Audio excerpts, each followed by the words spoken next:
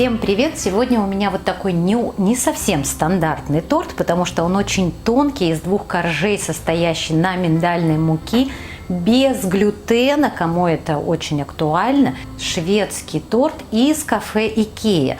Получается очень вкусный, ароматный, насыщенный миндалем.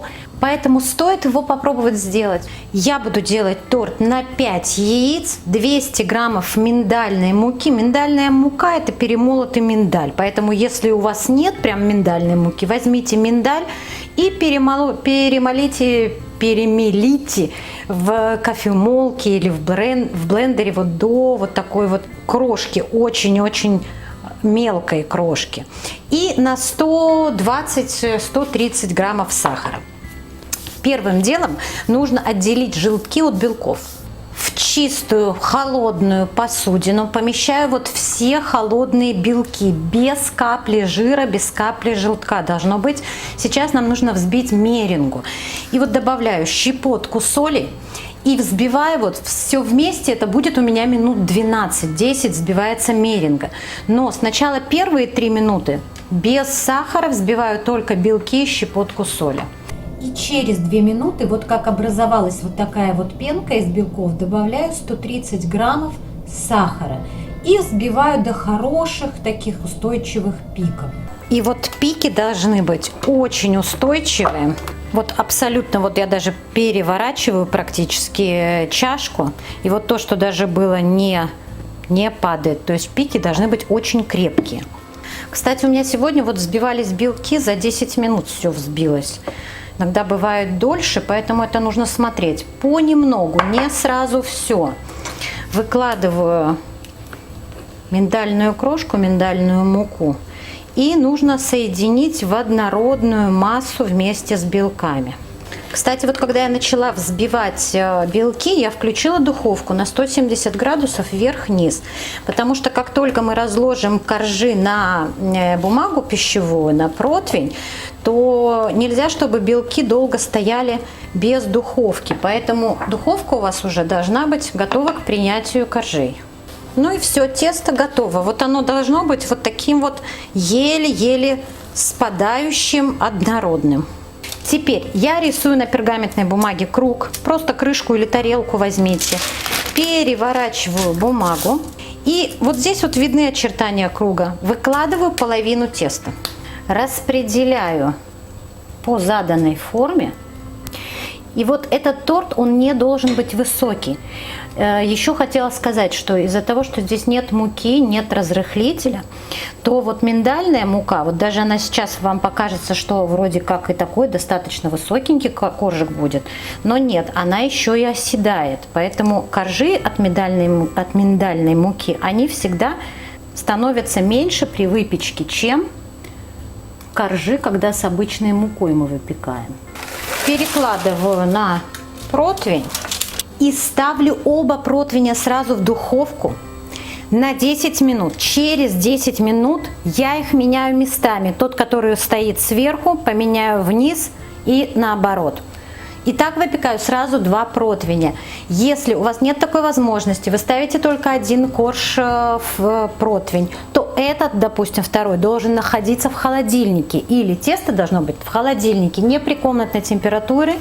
За 20 минут уже оно может просто-напросто быть по консистенции другой, у вас будет резиновый корж. Ставлю оба коржа в духовку. Пока коржи выпекаются, сразу же начинаю делать крем. Вот в крем 5 желтков от 5 яиц. И первое, что я сделаю, в 100 грамм сахара, вот прям сразу же, не отходя от кассы, пакетик ванильного сахара и буквально 1 капельку концентрата миндального в сахар. Ну давайте 2 положим. Все, чуть-чуть совсем. Именно в сахар. Сахар хорошо впитывает и держит вот аромат концентратов кондитерских. Масло сливочного 200 грамм. На 200 миллилитров сливок буду делать. У меня сливки 38%. Можете брать от 25%. Если нет сливок, возьмите просто молоко. Но просто со сливками будет вкуснее. И обязательно ложечку коньяка я сюда добавлю. Во все свои крема я добавляю всегда какое-то спиртное. Крем будет заварной, поэтому я сразу в кастрюльку, вернее он такой лениво заварной, по-быстрому делается очень. Сюда желтки в кастрюльку ставлю, немножко их перемешаю, сахар перемешаю, сливки 200 мл и ставлю на плиту на медленный огонь. Теперь на плите нужно все время интенсивно мешать, чтобы не пригорело. В течение минут 5-6 вот так вот должно загустеть. Я еще смотрю так вот, что вот первые бульки, вот они начали появляться. Все, выключаю. Значит, уже все готово. И продолжаю мешать еще вот минутку. На самом деле у меня прошло 4 минуты, как я поставила на огонь. И переливаю в другую посудину, вот холодную. Сразу накрываю пищевой пленкой в контакт и оставляю остывать. Нужно, чтобы это было чуть теплое. Потом будем взбивать масло. И теперь как раз к этому времени вот достаю коржи. Они как раз испеклись и тоже должны хорошо остыть. И вот масса, когда уже подостыла, то 200 граммов масла кладу. Масло у меня размягченное. В 2 этапа я закладываю и взбиваю миксером. Добавляю пару столовых ложечек коньяка, перемешиваю. Вот крем сейчас, он жидковатый. Его нужно сейчас поставить в холодильник, чтобы он стабилизировался. Все, масло замечательно вот застыло и попробовала на язык. Очень вкусно. Конечно, добавляйте всегда какой-то алкоголь. Вот сюда подходит амаретто, коньяк или хотя бы вот концентрат миндальный, чтобы вкус более усилить. И поджарила вот миндальные орешки. Все, они остывают. Теперь мне нужно переложить корж. И смотрите, вот у меня за полчаса корж стал вот здесь вот уже прилипать.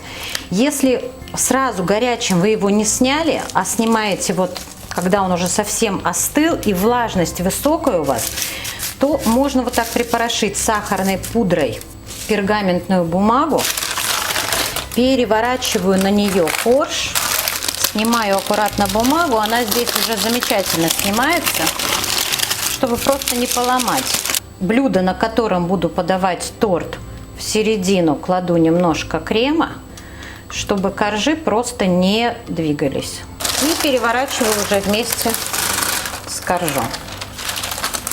Не понравилась мне та тарелка, на которую я сначала положила, переложила вот на ту, которую внезапно мне захотелось. Половину крема, чуть меньше половины крема, потому что нужен крем будет еще на борта, кладу сюда. Я еще в серединку вот немножко орешков посыплю, прям в середку. Кладу второй корж, выкладываю крем, распределяю его. Но вот он у меня не получился крем такой вот, как это. Мне кажется, что маловато все-таки масла было, надо было побольше. Вообще я вам хочу сказать, что если бы, конечно, это классическое количество ингредиентов вот у торта Икеа. Но если бы я делала, допустим, этот торт вот как по своему раскладу, то, конечно, из таких тонких коржей нужно делать 4 коржа.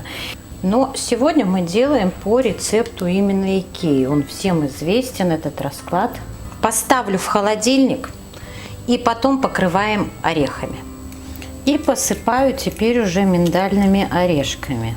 Торт делается вот за час. Для домашнего чаепития замечательный торт, десерт, лепешечка такая, но он должен быть именно вот тонкий. Но, конечно, если вы делаете там, когда для гостей или на торжество, я вам очень рекомендую удвоить все вот ингредиенты, которые есть в описании, и тогда у вас торт будет в 2 раза выше, и уже он будет полноценный торт. Ну, в моем понимании я не могу назвать, что это вот прям полноценный торт, хотя он очень-очень вкусный. Делитесь этим рецептом с друзьями, подписывайтесь на мой канал, не забудьте поставить колокольчик, чтобы не пропустить новые рецепты. За лайки вам, конечно, всегда спасибо.